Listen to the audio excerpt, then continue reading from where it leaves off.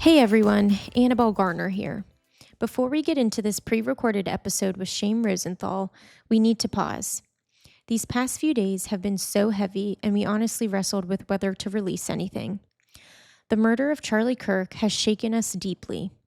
As a Gen Zer, Charlie was our champion, our rock star for Christ and for our country. We are heartbroken. But after praying about it, we felt the best way to honor him was to move forward with a God-centered conversation, one we believe Charlie would have appreciated. And hello, everyone. That was Annabelle doing a voiceover. I'm Kathy Afzali. This is You Can Handle the Truth. Annabelle is not on camera today. She had a late concert with Kenny, and they got in very late last night. And the concert was Thomas Rhett, who is a country star, and she's going to be TikToking about it. So y'all have to look at Annabelle Gardner's TikTok page.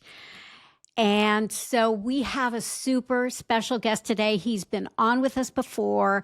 We all fell in love with our great friend, Shane Rosenthal, the Bible nerd of the century, all the way from Missouri. And welcome, Shane Rosenthal. Thank you for having me. It's a pleasure to be back. You know, you always know the Bible nerds because, like, you see my background. I've got the flowers, I've got the pillows, I've got the ambiance, and Shane's got the books. So it just makes you look ever so much smarter. They are my friends. They people are. from the brains, distilled on paper from across the last couple thousand years. They're constant companions. Yeah. Although I think I told you in an email, I wasn't raised as a reader. I actually was more of a Gilligan's Island kind of a guy, and it was my conversion to Christianity that sort of opened this new window into Bible nerdopolis. What do you call it? Well, you know what? It's true because the connectors in your brain start changing, right? Right. It's just everything starts to change. And I went from someone who didn't really even have an interest in the Bible or anything to someone who is just voracious about it. Although I'm not the scholar that Shane is or some of the other people that we speak to regularly, but we are just thrilled to have you. And whatever nerddom you have for us today, we are open to it. Shane and I are both California kids. So was it California Public Schools? Yes. Yeah. In the San Fernando Valley for elementary, and then Orange County, Huntington Beach High School. So we had a surf team, and we were gnarly back in those days, mid '80s. Well, and I just love that about you. Apparently, you weren't on the surf team. No, we didn't have a surf team didn't make the at cut. Ours. But I did drama back then. I don't know if you know much about my past, Shane. We'll have to share that. But I did used to be an actress, so. I don't know, adult ADD. I'm now into the ministry mode, and hopefully I'll stick with this until I die. So.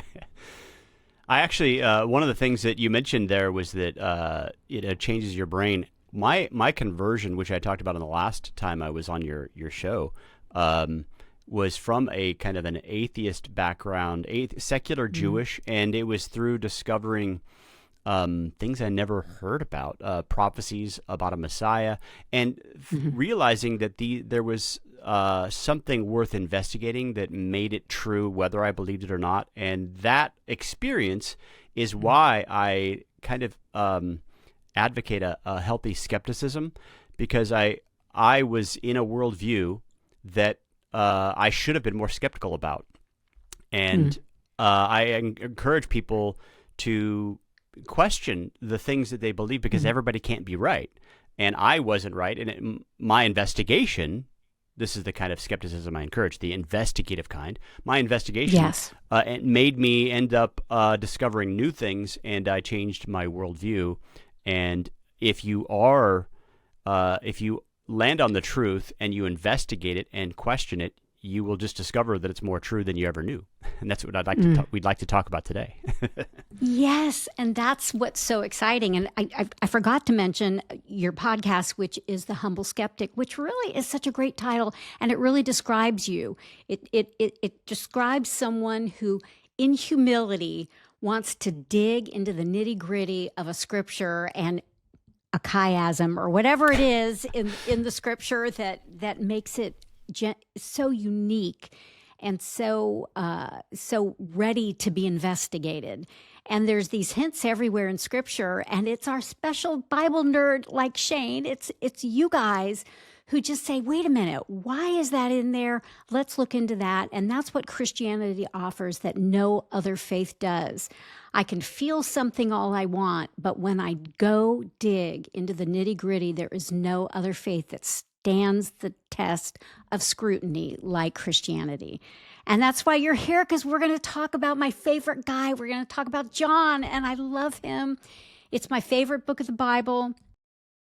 Shane just has this new perspective. And also there's some other scholars who are definitely proposing about John and the history of John, just not the eyewitness account of Jesus, but really the eyewitness of that day and time and that century in Jerusalem and the whole Israel area. And you have some great insight to that. So I'm going to give you the floor. You can start. And if I ask dumb questions, just have patience with me. But let's get into it.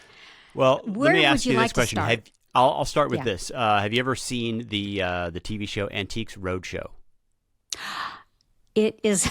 I love the Antiques Roadshow. I love antiques. Let's start there. Okay, so when you have a person who brings in a painting, a desk, an old, some artifact from 100 years or a couple hundred years ago, they often, it's just been handed down in the family, and they don't know its value.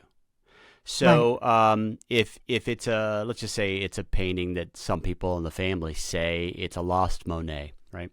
Yeah. So what does the appraiser say in those kind of situations? The appraiser says, well, we'll have to compare it to other things that we know. I identify that as from that time period. Yeah, I mean, yeah. I hope I'm getting this right. What would the appraiser say if I told you I just know in my heart this is a lost Monet? The appraiser would say, well, that just isn't going to count in terms of monetary value. Yeah. It counts for how much you like it. Yeah. But that's what I think a lot of religion has emphasized. This is personally meaningful to me, but that we have not for a long time emphasized this is real, that can be evaluated by objective criteria. So in that process, as you mentioned, they're going to check it, compare it with things they know. For example, we know something about the signature of Monet. We know the kinds of paints he used, the oils. We know the kinds of oils that were used in the period. We know the kind of frame and the canvas. All these things can be tested. We can test the patina, what kind of dust is there on these are the kinds of things that appraisers will do as they're testing to authenticate whether or not a given painting is authentic or not, or the desk. They're gonna look at the manufactured stamp on the back and say, okay, is this a real Franklin desk from 1700s, which would be worth $50,000, or is it a fake reproduction made in China? And often when you see on Antiques Roadshow, the person was surprised by the facts. So this person who grew up not really appreciating the painting now really appreciates it because it's objectively worth $50,000. And I think that the analogy that I'm giving here is meant to help us to think about the faith. Some people may have been raised with the faith. They may even be raised with my parents' faith. It's the faith that I was raised in, but they don't think much of it. It's this painting that I actually have behind my door because I grew up with it. I'm used to it. It's not personally meaningful to me. But when you start investigating that this is not just a beautiful story, but a true story. And this is the greatest story ever told. And it happens to have all these markers and indications that it's real. And we'll talk about that. Then I think you can give a person, even if they were raised in the faith, you can give them a new sort of appreciation for this artifact. The artifact we're talking about today is the Gospel of John. So exciting. And that is such a good point. And I love comparing it to, offering proof, and someone who knows that time period or something can offer either proof or or not, whether something exists. And really, Christianity is the only faith that stands up to the test of time in terms of the scrutiny of artifacts, of the scriptures. I mean, Islam seems to be crumbling as we speak. I've been talking to more and more experts. There just doesn't seem to be any documentation of Islam before 200 or 300 years after the fact, which, so every faith, whether it's Mormonism, whether it's Christianity, whether it's Islam, every faith should have to stand to the same criteria, which is we're going to investigate and we're going to use our critical thinking. And it doesn't matter how we feel right now. It matters whether or not it's true. Well, you just mentioned Islam. The interesting thing about the Quran, the way it's stated, there is a section there where, Muhammad asks Allah, how will the people know that I really am a prophet? And will you give signs? And Allah says in this one section, is it not enough that I've given you the book? No signs will be given. You are just a public preacher. This is a difference between, say, what you find in the books of Moses or with Jesus in the time of Moses, when the people, Moses is there at the burning bush. He hears God speak to him, and he says, the people aren't going to believe. And then God does not say to Moses, well, I'll give them a burning in the bosom. That's the Mormon answer. In fact, the Quran has something similar to that too. They will feel in their heart that the words will resonate. And a lot of people think about inspirational text that way. This resonates with me. Sort of like the buffet of cafeteria of religion. What is it that you like? Well, I kind of lean Buddhist, or I lean, Muslim. It's personal preference because we're consumers, really. So in the time of Moses, God says, when they question these things, you will perform signs, objective criteria that proves that you are an authentic prophet of God. And when Pharaoh asks these things, you will prove it to him by doing these kinds of signs. And those signs, of course, grow. They become the 10 plagues and the parting of the Red Sea. And people hear the voice from Mount Sinai. God says, when they hear my voice speaking with you, Moses, they will know that you are a prophet. Okay, so then the question is, how do you get other prophets who are just as authoritative as Moses? Well, that's proved by them, the prophets speaking the truth before it happens. So Isaiah predicts the invasion of Sennacherib and the invasion of Nebuchadnezzar and the return of the exiles under Cyrus. And then you look at Isaiah 53, you have the story of Jesus written 700 years in advance in the suffering servant tale. So these give you confidence because it's not merely something that was said that gives me inspiration, personally meaningful to me, but it's objective. It was something external to me that's written in history in advance. And that's the kinds of things that can be checked. Well, I couldn't agree more. And the more I dig into my faith, and really it wasn't until 5 or 6 years ago that I really, when I was in a life crisis, started digging deeper into my faith. And I've shared this on the show before, I wasn't feeling the burning of the heart. So how do I know my faith is true when I am not feeling it in my heart, or I don't hear God's voice? And so that's where we can dig. That's where Christianity checks all the boxes, because we can look at the history of it. We can look at Jesus, our God incarnate himself, and what he did, what he said, and who he claimed to be. But specifically, it's John. It's John who is just on our radar right now. And why is that? Explain that. Yeah, so John is one of these texts that for centuries, for the last couple hundred years, a lot of liberal scholars have dismissed as he is the latest of the Gospels. He is the most theological. So it's not really history. It's sort of theology dressed up as history. And he is, he has this sort of, the strongest presentation of Jesus as a divine individual. And a lot of that was actually just it wasn't reading the text for itself. It was sort of a paradigm, a view, a theory imposed on the text. And right now, I mean, if you start looking at a lot of scholars, not conservative evangelical Bible scholars, but we're talking mainline, excuse me, to liberal. You have Richard Bauckham, John Dixon, Peter J. Williams, James Charlesworth from Princeton. You have a lot of scholars who are now saying that as you evaluate the scholarship in the academy, there's no longer a consensus for that late date. That John has all these markers, these indications that he really knows what he's talking about with regard to first century Palestine. He describes all the geography, the customs, the language, the law, the architecture, the botany. He gets it all exactly right. The names are exactly right for the period. These are not the names you find in other texts, later fan fiction texts about Jesus called the Gnostic Gospels. When they add names that aren't in the New Testament, they're these weird non-Palestinian names.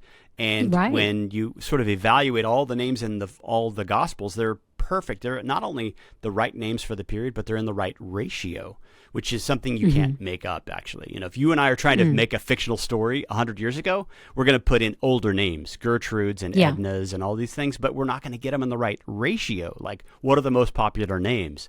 That's the kind of thing when you start looking at the details of John's gospel, you say, he, like the Monet, he has got all the right elements that are correct for the period that gives you confidence that he really is an eyewitness.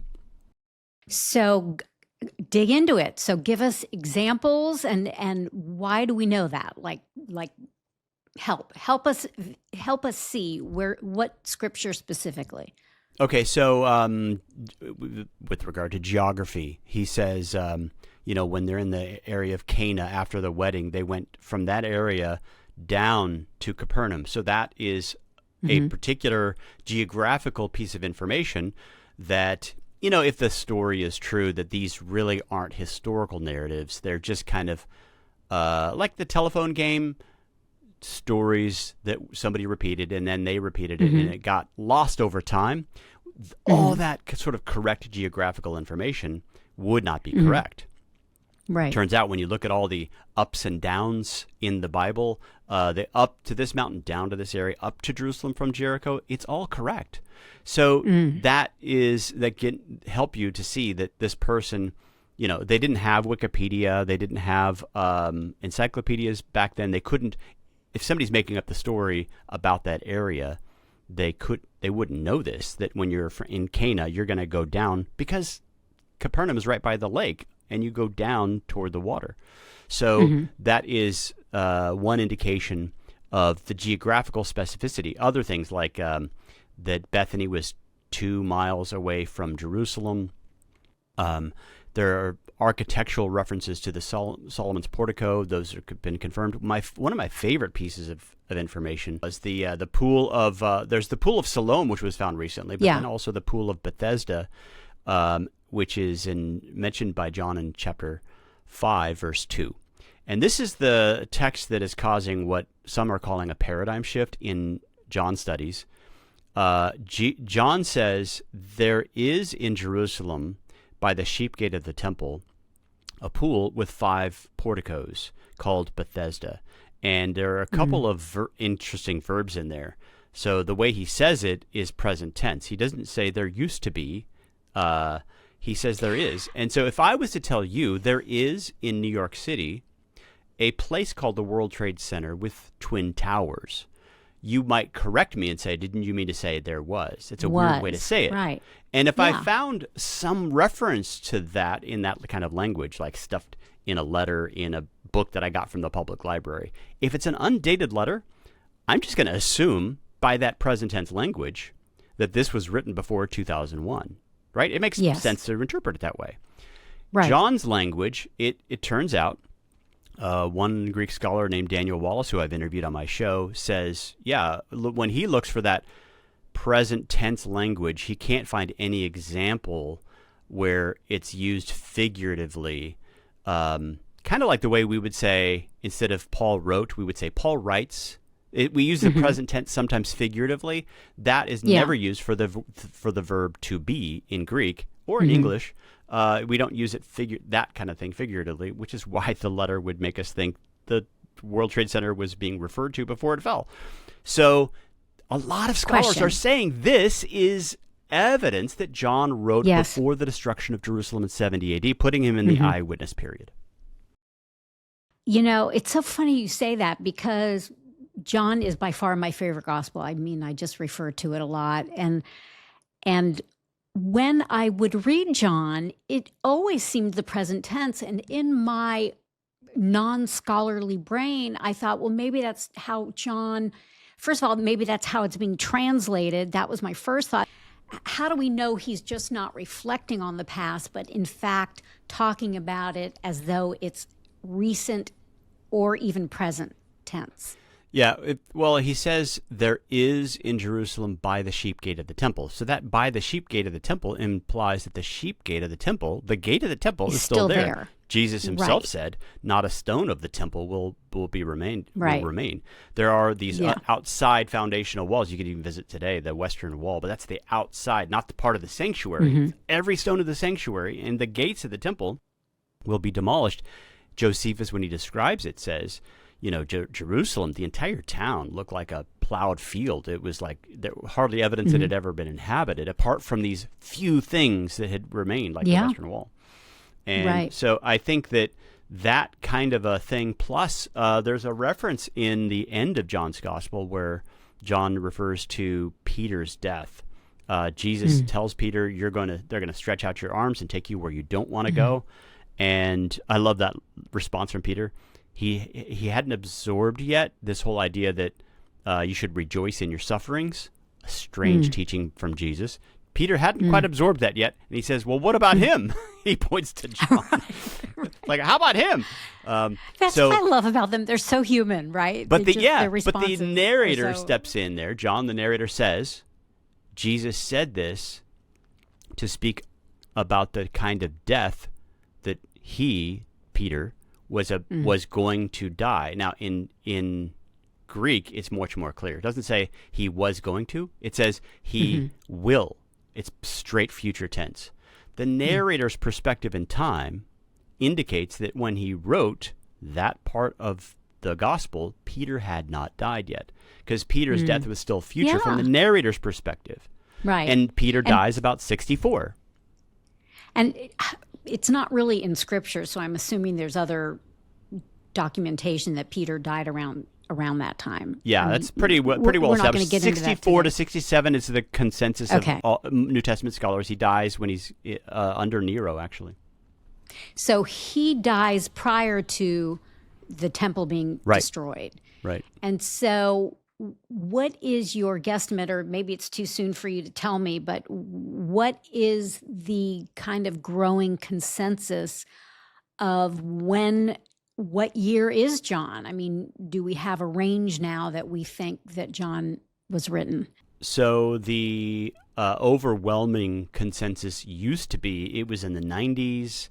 And in fact, if you go over 100 years ago to the time before the John Rylands fragment, I think this particular scrap of John was found somewhere like in 1915 or 1920 or 30, somewhere in that zone. So this is where people at that time said, well, John is so late, it may be mid to late 2nd century. That's what they were saying. Wow. A hardcore liberal scholar like Rudolf Bultmann had that view, and he said, okay, the John Rylands fragment is so convincing because this copy has to be like 100 or 120, so it pushes the original writing much earlier. So John could not be later than 83.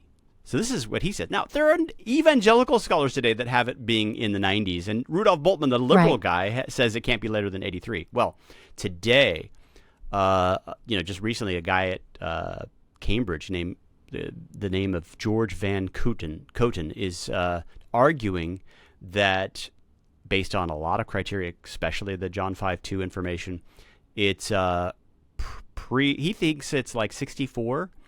Richard Bauckham signed on to that. John Dixon is on board with that. Peter J. Williams is open to that. These are all like really recognizable names in moderate to conservative New Testament scholarship. So this is what I call, it's a paradigm shift that's opening up this new door. My own take is it could be anywhere from, there have been those who've argued that it may be as early as the 40s. So somewhere in that zone, it's 40 to 60, right smack in the eyewitness period. And it's so interesting because it was on parchment paper, as far as I know, right? So Papyrus. Parchment paper or papyrus. Yeah. So papyrus is very biodegradable. Yes. Degradable. Whereas other religions came much later where they had much better materials to write on, and there's still not a lot of evidence that those things exist. So here we are, with these small fragments of the paper that Gospels were written on, and we have so much evidence. I mean, we just have so much evidence. Yeah, And if you that's stack up why- all the New Testament manuscripts for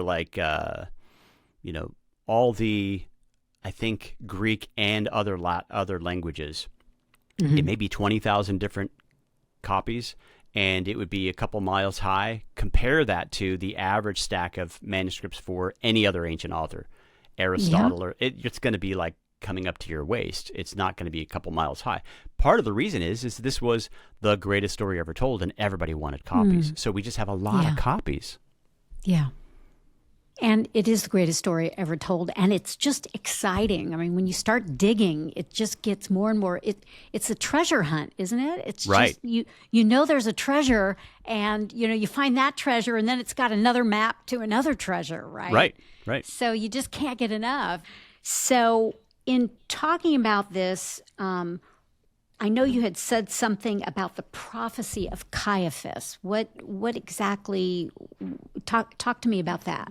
Yeah, so in John chapter 11, there is this story about the fact that Caiaphas is in a meeting at the Sanhedrin, and he says, if someone says, Jesus is causing trouble, if he continues to do what he does, the Romans are going to get upset, and they're going to kick us out of this place. And Caiaphas steps in and says, you don't know anything. Don't you know that it's better for one man to die than the entire nation perish? Okay. Right. So but John steps in as a narrator and says he said this as high priest, and this was a prophecy about what would really happen. And John was putting a theological spin on it because he's basically saying one man did die for the nation. It's Jesus' death for the Jewish nation and for the scattered children of God, people around the world. But if he had said this after 70 AD, it would be a failed prophecy because it was one man dying instead of the nation perishing. So if he had said this, he then made the claim that it was a true prophecy, he would have to qualify it, what that means, because the nation did end up perishing in the destructive Jewish war. So that's something that is, this is an argument from John A.T. Robinson, another scholar who had a paradigm shift. He was a very liberal scholar like Rudolf Bultmann, very liberal theology, but he came to very conservative conclusions about the dating in the 70s and early 80s. Totally changed his view of John. He argues that his famous book is Redating the New Testament, and it's a fantastic work that just kind of walks through all the texts of the New Testament. One of the things that he points out is that nowhere do you find in the New Testament, in any New Testament text, do you find the destruction of Jerusalem or its temple mentioned as a past fact. You have prophecies that it will happen, but nowhere that it has happened. And there are all these Old Testament prophecies that this will happen. Daniel 9 comes to mind. They will destroy the temple and the sanctuary, but nobody applies that prophecy saying, and these things were fulfilled in the days of Titus. Whereas they say that kind of, every gospel writer says that kind of thing 10 or 15 times throughout their gospel, but nowhere about the destruction of the temple and Jerusalem. Well, that's pretty exciting. So, does this in any way change the dates? You might have alluded to it. Does it change the other previous thought dates of the other gospels as well? Or is this just specific to John? Yeah, this is, I am convinced that it affects our dating of the entire New Testament. There's another scholar who came out with a book just a couple of years ago, Jonathan Bernier, redating the New Testament, I believe is the name of his book. So he's come to the same conclusion. He argues slightly different grounds than John A.T. Robinson, but John is still, I think, the latest of the Gospels. Most New Testament scholars have argued that the earliest gospel, maybe Matthew, is 65 to 70, or maybe Mark's gospel somewhere in there. And then they kind of flow out from there. So you start from mid-60s and you go up. So that's a kind of moderate to liberal view. Well, under this particular, as you process the evidence, you say, look at the way all the Gospels are presenting this material. Look at the way that, look for these same indicators. You'll find that, yeah, you have to push them earlier. John may be the latest, but if John is written in the 60 AD, the others are earlier than that. Wow, that's super exciting, because that's such an argument for non-believers that these Gospels were written so much later, and we don't even know that it was the apostles that wrote them or people that knew the apostles. And so this really is a paradigm shift, and John provides that, because John is my guy. He is just my guy. He is there, and he is from the beginning at the wedding of Cana. He's at the cross. He's there from the start of it all, and he's an eyewitness to all of it. And now, do we have any inkling where John was when he wrote it? Is that at all determinable from what we know? I think from church history, the general consensus is that he probably relocated to Ephesus. And so that would be somewhere it's in Turkey, modern day Turkey. So it was Asia Minor at the time. And it's likely that it was written in Ephesus, but it's also possible it was written in Judea somewhere earlier, and that he just relocated to, it all depends on, when you date it. There are some who argue that it's very, very early. And, John A.T. Robinson argued that it may have been as early as the early 40s. In fact, he wrote a book before he died called The Priority of John, making a case that it was the earliest of all the Gospels. I don't subscribe to that view, but I think he makes a good case that it should definitely be redated much earlier. Shane, that's why we love you. You bring these interesting takes on, and you're the guy with all the books that is like catching on to all of these scholars who are saying things, that are researching, that are digging deeper. And, it's just kind of funny, because when I read the scripture, sometimes in my head, I think these things, but then I think, well, there's all these scholars and they say this, and they must, they know the ancient language, they know all of this. So I'm not going to presume to know any better. But what you're saying is that maybe when Kathy reads the Bible, maybe there's a little bit of discernment there of, maybe there's more to it than exactly that. Yeah, that's my experience. As I was in the third grade, I had some doubts in my head as I'm reading the text and talking to people about religious issues in my Jewish world. And I didn't vocalize those doubts or questions. And so, I think when you have them, research them. Don't let the other scholars, other hosts on the History Channel do your thinking for you. A lot of the stuff that you see in popular media is actually old scholarship. So what I'm trying to present to my audience and on your wonderful program is that there is a new there's a lot of new data that has been processed, and old paradigms are coming off. And take a look at what people are saying, because it's fascinating. It gives us more confidence that John really is who he said he was, and it's actually more reliable and trustworthy and credible than we ever knew. One more thing. I just flashed on something you had said to me a few weeks ago about the stone jars at the wedding in Cana. What was your point of that? I think our audience would be interested to hear that. Yeah, so you're there at the scene in chapter 2 of John's Gospel with the wedding of Cana.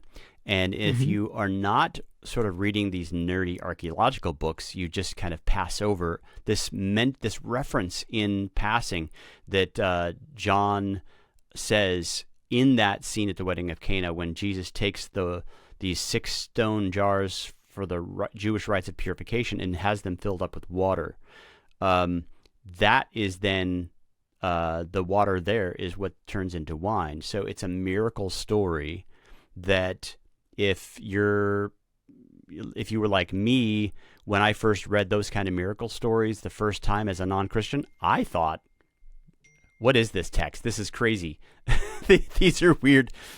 Well, It's it's easy funny to because there's dismiss miracle stories. right, right, and also there's little details that you don't even think about till later. It's like, why say they were stone jars? Yeah, yeah, yeah. Couldn't they? And so, There were jars, right? yeah, Why specifically he stone mentions jars? these artifacts, and it turns out that there are these kinds of things, and they're very popular in this narrow window of time, 100 years before the time of Jesus to about 70 A.D. The jars would be like typically made out of clay, ceramic, and the Jewish belief was that if you were unclean and you touched the jar, it couldn't be cleaned. It was Hmm. impure, and you needed to destroy it. So that gets Mm. expensive after a while because there are all these Yeah, things that make you unclean. So what right. they came up with was if you get a stone jar, there are certain kinds of Jewish laws that said stone could be purified, and so they started making their jars out of stone. Well, this is expensive to do because you have to sort of carve out the stone, but it ends up being longer lasting. And well, this is what we find in Jerusalem. We find it in Galilee area. We find it in Cana. We find these kinds of jars These in the very jars. place Wow. that John mentioned. Yeah. So this is one Yeah. of the things that James Charlesworth at Princeton highlights. He says, look, these things we find, we actually have lots of these artifacts, but John's text is the only text that gives us a description of what they are. So his is the explanatory thing that explains the archaeology. And Right. so, in other words, John really wasn't making something up. John is describing something that really happened, and it makes sense that this is a real description of what really happened. Yeah. And just probably not an important point, but who would have owned those stone jars? Would those have been from the synagogue, or would the family that was having the wedding have the stone jars? Yeah, Or well, are this they is rented at for a maybe? banquet hall, so it could be Okay. that they had it at a large home, or they had it at the synagogue, or they had it at some place where you could have a wedding. And Okay. so, if it was a home or if it was a synagogue, these were the kinds of things. In fact, if you're doing archaeological digs in Israel, you find what are called mikvahs. And a mikvah is a place of ritual washing and cleansing. And you would Hmm. have to go to a mikvah, a bath, a pool, before you go into the temple. So that's what some people say the pool of Bethesda was. It was one of these ritual cleansing things. You need to purify, and then you're clean. Now you can go into the temple, and there would be Right. people inspecting you. Okay, so this kind of washing was the regular ritual purification. Well, in Christianity, that becomes a once-for-all cleansing called baptism. It's just Hmm. just like atonement is a once-for-all thing. Same with the ritual washing. So once you understand the Jewish background, these were things that they did. It makes sense. They're always in fact, you see it in the dialogues of Jesus that the Pharisees were concerned about the cleansing of the hands. How come you don't wash your hands? So they had all these rites of purification, and Jesus can't kind of overturned the entire thing. These were shadows of things to come. Here's the reality. I'm the reality, and I'm the one that cleanses you ultimately in that ultimate purification sense. And that is a beautiful way to speak about the cleansing, right? Is just that the baptism of the blood of Christ is the ultimate. So here's the thing. I want you to come back because I know that you're tying the book of John to Genesis and Exodus. Have I got that Yes. right? Yes. So I'm not letting you off scot-free. You got to come back and explain that, Shane. Oh, yes. Explain Yes. Shane. He's explaining Shane. So really want to hear your take on that because, again, folks, the more you dig, the more there is. And we need our Bible nerds. We need guys like Shane. And I have to tell you, because you said you have a Jewish past and you were atheist, we just recently lost a very dear friend who was Jewish. And we ended up sitting Shiva. That was my first time, and I had a nice long talk with the rabbi. But at the graveyard, it was a Jewish burial graveyard. There was a whole family called Rosenthal, and I thought I've got to text my friend Shane and find out if they're related to you. This was in New Jersey, so. So don't know if they were any relation to you, but they were Rosenthals in the Jewish graveyard. But you don't have to go there now because you are a believing, you believe in the Jewish Messiah, as do I. Yeah, it took quite a while to get there. When I was raised, I just thought, in fact, people would talk about Jesus whenever it came up in conversation, and I would say, he was Jewish. Yeah. In other words, confirmation bias. You should come over to my camp. But we don't. I didn't have a lot of theology, and the thing we want to talk about next time is not just that John is true and an authentic account written by an actual eyewitness, but also what does it mean? And when you start to look at what Jesus really said, everywhere you look, he is connecting something to Genesis and Exodus and all the prophets. He's just every other thing. And the more you understand your Old Testament, the more it'll make sense. And things will begin to click and new treasures will be discovered. And that's what we'll talk about. It's the treasure hunt we're on, Shane. So that means you're coming back. And maybe we'll give you a 2 or 3 week break. Not that you don't have all this information off the top of your head, but we'll give you a little break. And then we're going to have you back because you are truly our favorite Bible nerd. His name is Shane Rosenthal. He is the Humble Skeptic. We're going to put information below. And maybe, Shane, you can send me information on some of those books that will be a good read for our nerdier listeners, which we welcome them and we love them. You're going to have to come back and explain all this. And maybe you could give us a little teaser of how you're going to tie all of that in. Yeah. One thing that you find right there at the opening of John's Gospel, right after, John the Baptist says, "Behold the Lamb of God who takes away the sin of the world." What is that? That's, this is the theology of Israel, the theology of atonement, Yom Kippur, the sacrificial lamb there, the Passover lamb. So Jesus is the ultimate once for all lamb. And then sort of just a few little verses later, toward the end of chapter 1, Jesus tells Nathanael, who calls him the Messiah, you haven't seen anything yet. You will see the Son of Man ascending, and you will see angels ascending and descending on the Son of Man. That ascending and descending language takes you back. He's alluding to the story of Genesis 28, Jacob's ladder. And if you understand the connection between those two passages, Genesis 28 and John chapter 1, wow, things will really come alive. Oh, I can't wait. That's going to be so, so awesome. And I want to thank you again, Shane. Folks, what Shane told you today is the truth. And guess what? You can handle the truth.